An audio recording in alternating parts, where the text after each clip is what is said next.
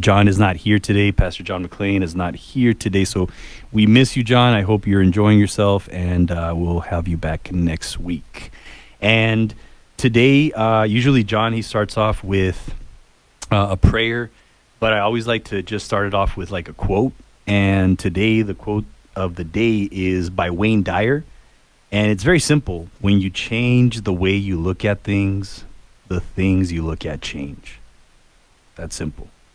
And that quote actually changed my life. It really did. Because once you start looking at things differently, whew, man, it's a beautiful thing. So, but getting back to the radio show today, we have two very special guests, and today we have Cody and Elliot in the house, and these two gentlemen, I've known them maybe, I don't know, like we known each other for maybe like about less than a year maybe or so. Yeah. I don't know. Yeah. Like, but these two guys are really, you know, some powerhouses. I mean, I've met them personally at the Sands Club. I mean, we've jammed a few times here and there. But yeah, so today we have Cody and Elliot, and so welcome, gentlemen, to the show, man. Good to have you guys here. Thanks for inviting us here today. Really appreciate it. For sure. You know, and you guys are with Northwestern Mutual. Both of you are working in the financial world to help financial knowledge to the masses. And, you know, today pretty much we're going to be, you know, talking about certain things, you know, like, you know, products that you have like stocks, bonds, ETFs, and pretty much like some financial literacy that, you know, in America, how, you know, you guys and Elliot and Cody, how'd you guys get started? Like, you know, tell me about what you got in, you know, what got you into the career with finance in the first place, Elliot? Yeah, so I'll start that off. You know, it was a pretty simple transition for me. I went to the University of Arizona for my college degree, which is in molecular and cellular biology. Okay. So I use a whole lot of that now. Nice. But during school, you know, I was very dedicated to my studies. It was a challenging major for me. You know, I'm one of those individuals that I had to work hard for a C. Okay. I mean, I had to study. I had to work hard for a D, so all right. Yeah. So most of my, you know, during the semester, I was focused on school. And then in the summer, I would have no money. And so I would work, I worked construction, you know, because they paid me the most for not having a degree. And, you know, I was a young kid. Mm-hmm. And so from there, I would have, after summer, I would have a lot of money in my bank account. And I ended up living next to an individual who was very versed in fundamental and technical analysis in the stock market. Okay. And so he was like, hey, if you get up every morning with me at 5:30, I'll teach you. But the moment you're late, I'm done. Oh, wow. And I was like, all right, let's do it. And so he kind of took me under his wing. And from then on out, everything I read, everything I studied outside of school, my sole focus was on creating wealth, generating wealth, and really putting your money to work for you. Mm-hmm. And I really do think it's a testament that you don't have to earn a ton of money to have a lot of money. You know, as long as your money's working for you, it's productive. You're moving in the right direction. Yeah. You know, another quote for you is the journey of a 1,000 miles starts with a single footstep. Attaboy. Yep. So that's what I'm talking about. That's how I got involved. And now what I do is help people take that first footstep in that journey of 1,000 miles. Nice. Thanks for sharing that, man. Yeah. How about you, Cody? Tell us a little bit, man. Yeah, I got more in a roundabout way here. Okay. To be honest, this was not my first choice that I thought I'd be doing in life. Okay. I was actually against going into this field right off the bat. And I remember my mom looked at me and said, hey, you're in college, you should get a finance degree. And I said, no way. I'm not going to do that for other people. Mm-hmm. They don't know it. Yeah. That's their own fault. Over time, my opinions and mindset changed on that. Mm-hmm. And finance came easy to me. I mean, I was 5 years old. I asked my dad what his interest rate was on his credit card. I mean, when I was 7 years old, I had a savings account. I mean, I was playing with stuff, reading the stock market since I was in sixth grade. And so to me, it was just easy. But as I went through college and I went to go through to do a dream job that I wanted to do that I couldn't do due to stuff out of my control, I later went back and I was like, all right, what did people say I was really good at? What do I want to do? Because I'm just in a career now that I hate. I'm stressed out. I hate it. And I went to finance, talked to a bunch of different people, and I went into it. And I went into it more into the mindset of relationship building, being here for 40 years to help people and providing that education. Because in my other career, when I supervised people, they didn't even know what their own benefits plans were that work offered. So I was helping them already, setting that up. And that really changed my mindset. Nice. So when I wanted to get into this industry, I wanted to make sure people understood why we do stuff, how to do it, and work even with those people that a lot of financial planners and advisors will just say, hey, I don't want to work with because you're young. You aren't really making money. I look at it more on a mindset. I love that. Yeah, man. These are great stories, guys. Like, you know, getting to know you a little bit more about your background is really interesting and really, really cool to hear about, you know, your story, Elliot, and yourself too, Cody. So tell us, like, what would you say, what do you see as the largest problem in the financial world? Yeah. So personally speaking, and this is my opinion, we live in a very information accessible world. You know, you can go online and find the answer you're looking for, not necessarily the right answer or the wrong, the answer that you're looking for. Yeah. And you know, past that, there's just a ton of information out there, but understanding that information is different than having access to it. And so our belief is the biggest challenge out there is there's all this information with very little understanding or partial understanding of how to apply it, how to leverage something, you know, how to use certain products. It's just you see one post of this is terrible and then you move on. But maybe that person didn't understand it's that instant access to information that might suppress some of that ability to generate more wealth or cash flow, more dollars through your door. Gotcha. Yeah. Yeah, I'll give you an example real quick. There was a popular finance website and kind of journal, and they ran an article tearing apart this popular financial figure in the world, saying how terrible his advice is for people. Well, there's a problem there. His advice is for a person just getting started. Their advice is for a sophisticated investor who already knows what's happening. So those are two different mediums. Yeah. So if you don't know what you're doing and you go read these things, you're gonna get yourself into a lot of trouble. They need to talk. They need to be looking over here at this guy's advice first. Yeah. And that's what we see is really one of the biggest problems. It's just that lack of wisdom of understanding how to start, where should I be starting, and they just absorb too much knowledge from everywhere. Because you look everywhere, you see it all the time. People saying, do this, do that, do this, do that. Yeah, absolutely. And, you know, like I've heard somebody say, we live in a world of like, you know, so much information and people are just like drowning for wisdom, you know, like, and the information is there. We have Cody and Elliot here and, you know, they're dropping some knowledge. So, you know, we're learning about finances and just the financial world, which I think is very important. So, you know, I just want to ask you guys, like, what are trends you see when you're meeting with clients? Really, one of the big trends that we look at with clients is, are they coachable or not? Okay. What I mean by that is, do they have the right mindset? Okay.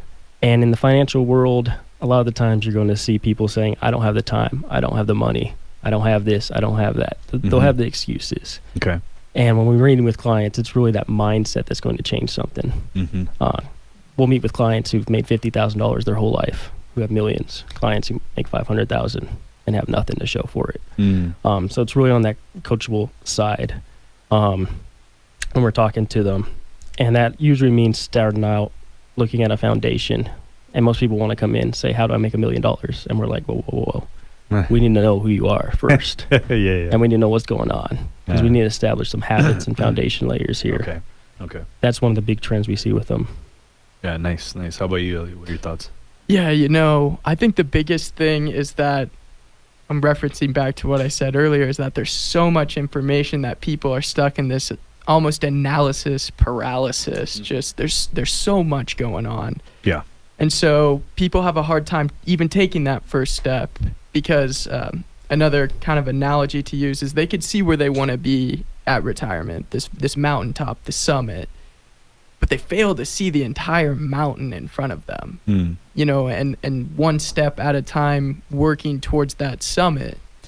And so that's what I've seen is people have a hard time really acknowledging the presence of that mountain, whether it's starting to save, whatever their goals and ambitions are, but they just have a hard time committing to that because they see the end goal, but they have a hard time facilitating that path along the way. Yeah. And I think a really great example of that is, let's say you want to be a millionaire in 10 years. A lot of people can idealize that and say, yes, I think I could do that. And I believe you could as well. But you have to accept the fact that for 9 of those years, you will not be a millionaire. And I think where things get a little crazy is you see other people doing other things, making more money, building wealth quicker, however they're doing it, and you start to doubt, and you start to get a little antsy, want to change things up, and then all of a sudden it's all out of sorts. Yeah. So that's something I see pretty interesting. Yeah, and I like how you guys talked about the mindset. I've been reading this book by T. Harv Eckert, The Millionaire Mindset. Yeah, I just finished that book. Interesting book, man. So, and as you're saying, habits, beliefs from the past, or a lot of people want to get rich quick. Those quick, rich schemes. Like, some people do get rich quick, but the majority don't. And you have to understand that, you're going to get rich slow, but you will get rich if you are patient. Right. And you actually have that mindset. So I appreciate you guys sharing that. That's very powerful. So tell us, what are you saying is that people want to, that people want to be debt free, wealthy, enjoy life with stresses of money, but have a hard time doing so? Like, what are you saying is that people want to be, what are your thoughts about that? Yeah, it takes a lot of work to build financial stability, which is going to vary person to person. But I'm going to bring it back to a quote, Andres, because I know you're a quote guy, and so am I, to Aristotle. Okay. And he said, we are what we repeatedly do. Therefore, excellence ought be a habit, not an act. And so in order to achieve that financial freedom, financial security, regardless of your picture, your situation, it's consistency. It's habitual. It's constantly doing something. Yeah. It's not one specific act. It's not one item individually. It's a conglomerate of everything and consistency. Nice. Yeah. Good stuff. So what are you guys, Cody, what are you guys doing to help coach people? Yeah. So one of our big things we like to do is look at mindset. We want to set the tone pretty quick off. If you're going to want to work with us, we want to make sure that you understand when we want to ask you for information or ask you for something, please get that to us in a timely manner, things like that. But really what we're looking at when we're coaching people is we want to bring in the education. We want to bring in that wisdom. A lot of times people have knowledge, but they don't know which area that knowledge goes into. Okay. And so our first step is to kind of really learn, what do they know? What education do they have? What is the intent behind this meeting? What's their mindset? And then from there, what we're going to do is take that foundation and build upon it. And a lot of times people will look at us and they think we're going to judge them when they show up into the meeting and say, hey, I have this or that. We're like, no, be 100% truthful, because I need to know exactly what you know, where you're at. And then we'll coach them through, this is our education. And then we'll go through, build out a plan. We're going to come back with recommendations, usually a few different ones. And we'll say, hey, we should probably start here. This is why. This is what's going on here, why we're starting here. Yeah. And a lot of the times that's just building that foundation, which is habits and contingency planning. Nice. And then we move up. As we start moving through everything, we want to make sure they also understand the end goal of that financial plan and keep that in mind, because there's going to be emotion there. And a lot of the times we're going to meet with the clients, they're going to be like, oh my gosh, this is weird, this is different. But they need to have a understanding, okay, what are we reaching for? What are we doing? Because what we're helping them do is delayed gratification. Yeah, wow, that's powerful. You ain't going to walk out of here with the shiny new PS5 in your hands. It's going to take a while before you see the fruit of your labor. And so we have to kind of constantly remind them. And some clients, it's a little bit more on the side. They're a little bit more responsible. Other clients we have are like, dude, make sure you call me every month that I do the budget. We're like, you got it, man. We'll do that. We'll help you out. Like that. Yeah, man. And you know what? You guys really like make this stuff like actually make it sound easy, honestly, like, because it's really that simple, like, you know, mindset, habits. It just goes back to that foundation. And I think that if you have those foundations all set, then you should be good. And, you know, so I want to thank you guys for being here. And just for, you know, people who, you know, that want to find out more, you know, to be coached or learn more, like, where can they contact you guys? Yeah. So you can reach Elliot over here at basically his first and last name at nm.com. You want to spell it out because I want to mess it up? Yeah, Elliot spelled ELLIOTT.MAGRI at N as in Nancy, M as in Mike.com. Nice. How about you, Cody? And you can reach me at Cody.Peck at nm.com, and that is CODY. Period PECK at NancyMountain.com. Nice. Excellent. Yeah.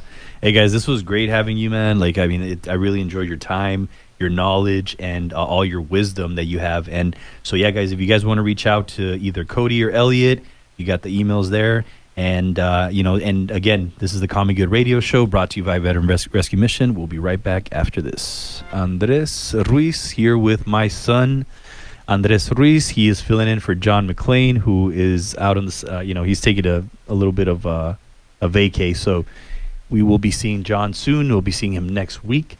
And today we have a very special guest from a very special organization, Gap Ministry. We have Warren Walsh. Welcome to the show, Warren. How are you feeling today? Okay, thank you very much. Excellent. Yeah. So Warren, you know, like you've been volunteering for Gap Ministry, which is, you know, awesome. And tell us a little bit about, you know, what, you know, you kind of know about Gap Ministry, and then so that the audience can know what they do and who they are. Well, I think the big picture is the Gap Ministry has a big emphasis on foster kids. They themselves have 8 group homes that they operate, but it's actually much bigger than that as well. I volunteer we do food distribution on Tuesdays, and it's not like a food pantry. This is sort of on a wholesale level where agencies from around Tucson will come in, and we're loading trucks and trailers with volumes that they take out and then obviously distribute at their locations. So that's the part that I've been involved with for about the last year. Oh, wow. That's amazing. And so they, how has that experience been for you, just to be able to you know, help out with, you know, the food distribution? How's that experience been for you this past year? Oh, no, it's great. It's wonderful. I mean, it's very gratifying because there's a lot of food where it's the Gap has a broad ministry, and so it's an honor really to be part of that and having an impact on the city of Tucson at multiple levels.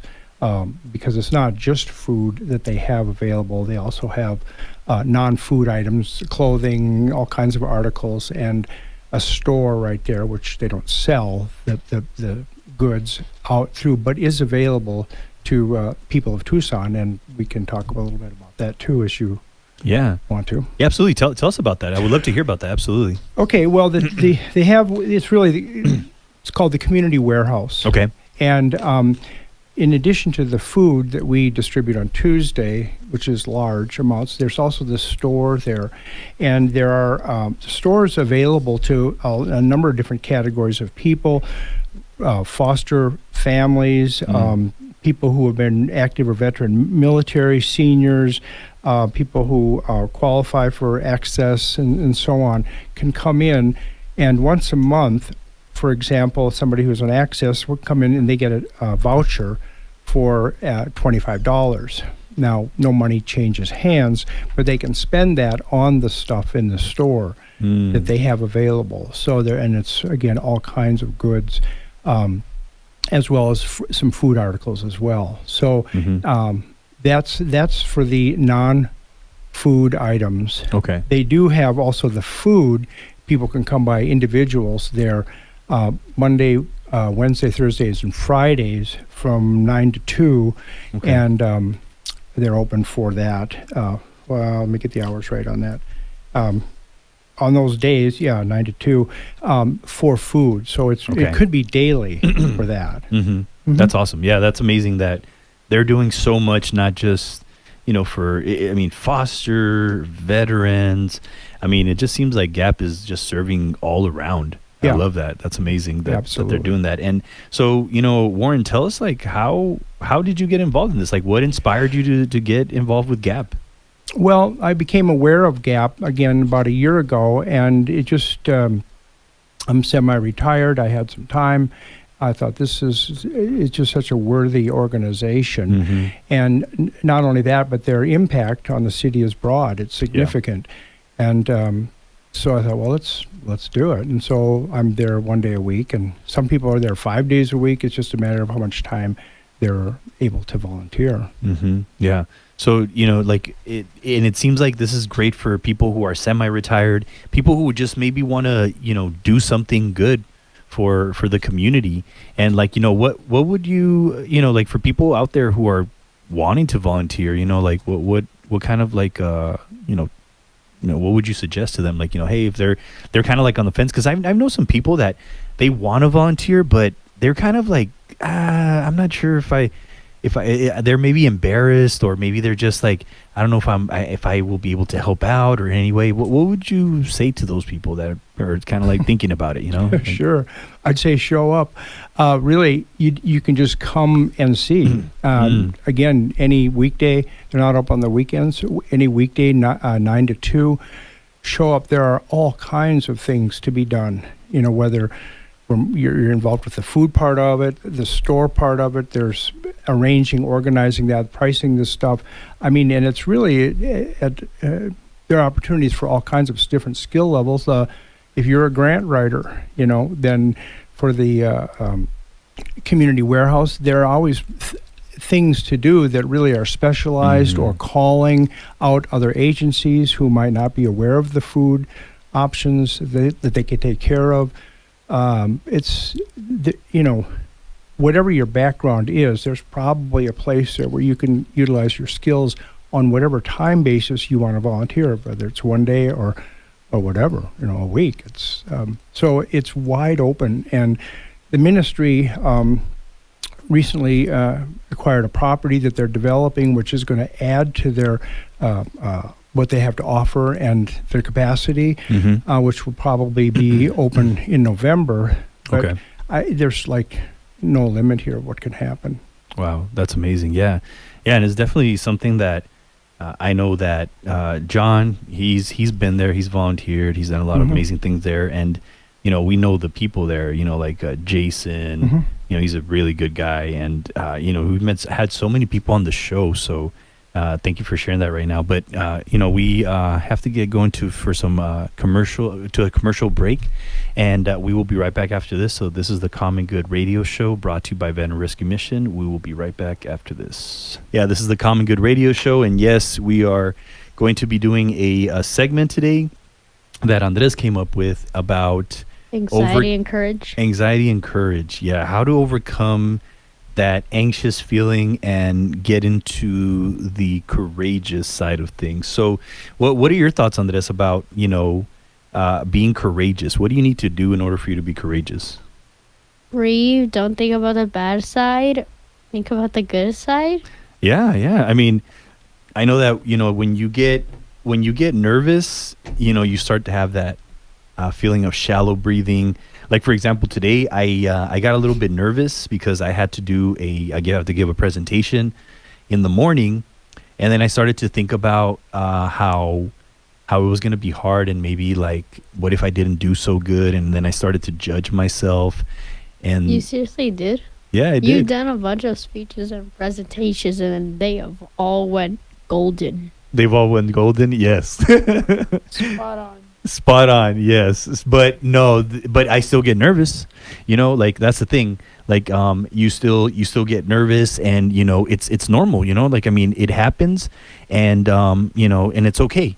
You know, so like right now we had a few guests that maybe might have been a little bit nervous. I don't know, maybe, but like for example, we had Gap Ministry and we had Warren Walsh, and he mentioned that you know they do a lot of volunteering. I know for me, I was nervous to do volunteer work at one point, and I would get nervous, like, oh man, I don't know if I should be doing volunteer work. What if I'm not good enough?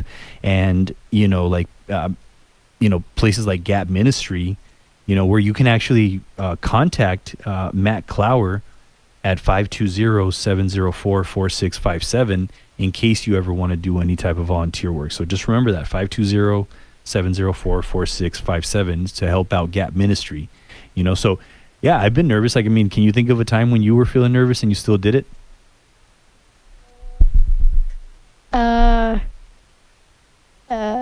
Probably only in my video game, but also on the rock climbing. Mm-hmm. Rock Oh climbing. yeah, you remember when you went on the rock climbing? When I wanted to jump off and I knew that the zip line was still holding me, I did not want to. I know. You got really nervous, didn't you?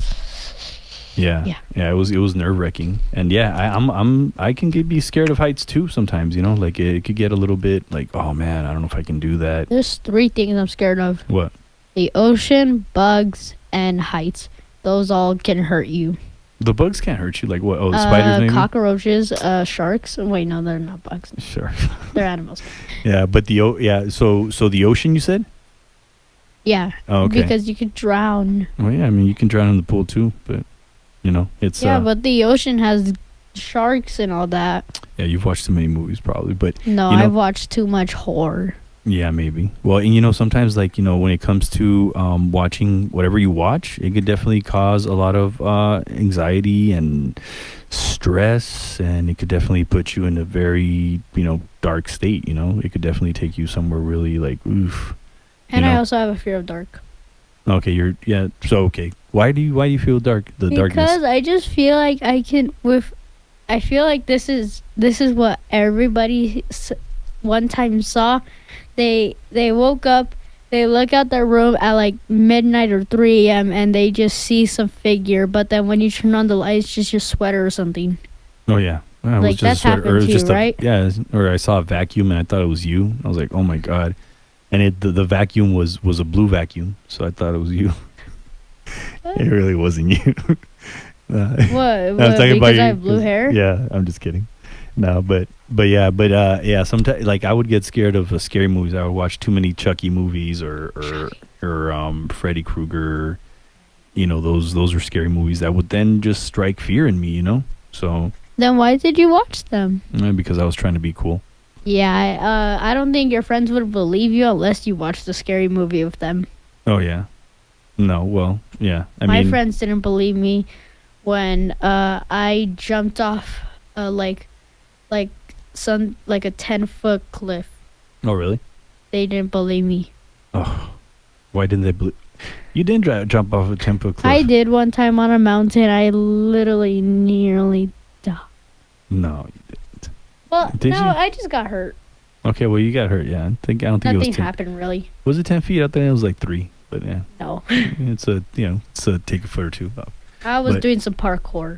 Oh yeah, I remember you do a lot of parkour. But yeah, I think in order for you to overcome fear, you have to face the fear. Because if you don't face the fear, then you're never going to be able to overcome any fear that you have. You know, like the only way to get through is by going through the fear. Like for example, there's this guy Mark Twain. He said, "Do the thing you fear the most, and the death of fear is certain." So you know, if you do what you fear the most, and the fear will die. You know, the more you do it. But sometimes the fear will creep up. Like today, the fear creeped up for me, but I was able to overcome it by just, you know, moving my body and making sure that I don't stay stiff and have that shallow breathing, you know? You want if you run away from your problems, they'll get worse. And where did I hear that? I feel like I heard that. I don't know, but that whoever told you that is Oh, very Darman. Oh, Darman. Okay, yeah. Yeah, if you run away from your problems, things will get worse. Whatever you resist, it'll persist because, you keep sweeping stuff under the rug. Sometimes I've done that, and sometimes it gets really, that rug gets up high, and man, all the stuff comes out, And if these problems are tests, don't cheat on them. Yeah, don't cheat on your test. If you cheat, you'll never get ahead. Another Darman quote. That's another Darman quote. You're Mr. Quote today, huh? Yep. Yeah, and what other quotes do you have about Darman? What happens in the dark always comes to light. Yep. Nothing else. Can't remember. Yeah, no, it's true. I mean, it's yeah. I've done a lot of stuff that I was not very proud of, and honestly, like it really bit me in the leg. I'm gonna say so. It was not good that I kind of kept those things to myself and never really faced them because it got worse. What are your thoughts? Yeah. I did face my fear of those heights on the rock climbing. You did? Yeah. Except for at Funtastics, since there wasn't a soft floor at Funtastics, I definitely did not want to do that. Yeah. Okay. Yeah. So yeah, I mean, it's just making sure that you're facing your fears and that you're with a. And also, yesterday was my birthday. Oh yeah, yesterday was your birthday. Yeah, happy birthday, big guy. I love you. 10. And yeah, the big 1-0. And another thing, face your fears when it comes to like you doing the type of the best way you can face your fears by helping people. True. And right here we had Gap Ministry, and then we had Warren Walsh on the show, and we had right here, look, we have Matt Clower. Telephone number is 520-704-4657, where you can contact him, and if you want to do some volunteer work, you can go help out. What do you think about volunteer work? I like it. Yeah. Okay, so Andres is volunteering that he's going to go volunteer at Gap Ministry. No, I'm volunteering and saying that it's good to volunteer. Okay, I'm volunteering and doing that, not volunteering to volunteer. Oh, okay. Well, okay. So yeah, you're going to volunteer. All right. So Matt Clower, if you're hearing Andres here, his number is 520-481.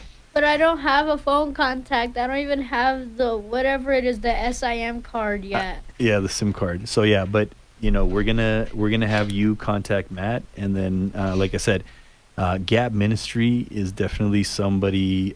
Their history, what they've done, is amazing, and they have actually had leaders there. Like for example, Jason Ayers is a great leader, fearless leader. I mean, he probably has his fears, but he overcomes them, and he believes in God, and he has done so many amazing things along with his father, who continue to do amazing things. And right now, they're looking for people to come and volunteer, come help out. Andres is going to be one of them. Me and Andres are going to go. And I'm not old enough to work. So yeah, no, you're not the work. It's just volunteer work. And then so you can reach Matt Clower at 520-704-4657. Do you have anything else that it's on your mind about courage? Brief. If you have anxiety. Mm-hmm. What else? And I know some ways that you have anxiety. Yeah. You don't talk a normal way. You don't say the words you would say if, you're shaking a lot. Your voice is shaky and a lot of other stuff that I don't know, which Mr. Reese himself can tell you. Yeah. So yeah, it could be that, and it could also be where you're just gonna stay in your comfort zone too. Sometimes people stay in their comfort zone. I do. Well, yeah, it's fine. But I mean, but sometimes the comfort zone can be a little bit deadly, and I've been there and did not like it. So if you want to get out of your comfort zone, I would say start with volunteering, because honestly, I started volunteering with when I remember with John, Veterans Rescue Mission, and also did a lot of things with them. And I think I highly encourage people to start volunteering. Just giving of your time. It's so helpful. And like I said, one more time, call Gap Ministry, call them up. They need your help. Any type of volunteer work. Warren said that, if you're a lawyer, maybe they need your expertise with as a lawyer. Maybe you've done nonprofit work. Maybe you could help them with that. But yeah, if you want to help them out, reach out to Matt Clower at 520-704-4657. This has been amazing. Chat with my son here. Anything last words? No. Okay, you're gonna do volunteer work. Great, excellent. No. So, but if I'm getting paid, then I will. Okay, well, Because the only reason I would work is because I want to get paid. I really want to get a new Oculus. All right, this man is very, very honest, but he's gonna volunteer with no pay. No. All right, maybe I'll give you $1, but yeah. Yay. So this has been excellent. This is the Common Good Radio Show brought to you by Veteran Rescue Mission. I hope you all have a wonderful weekend and take care.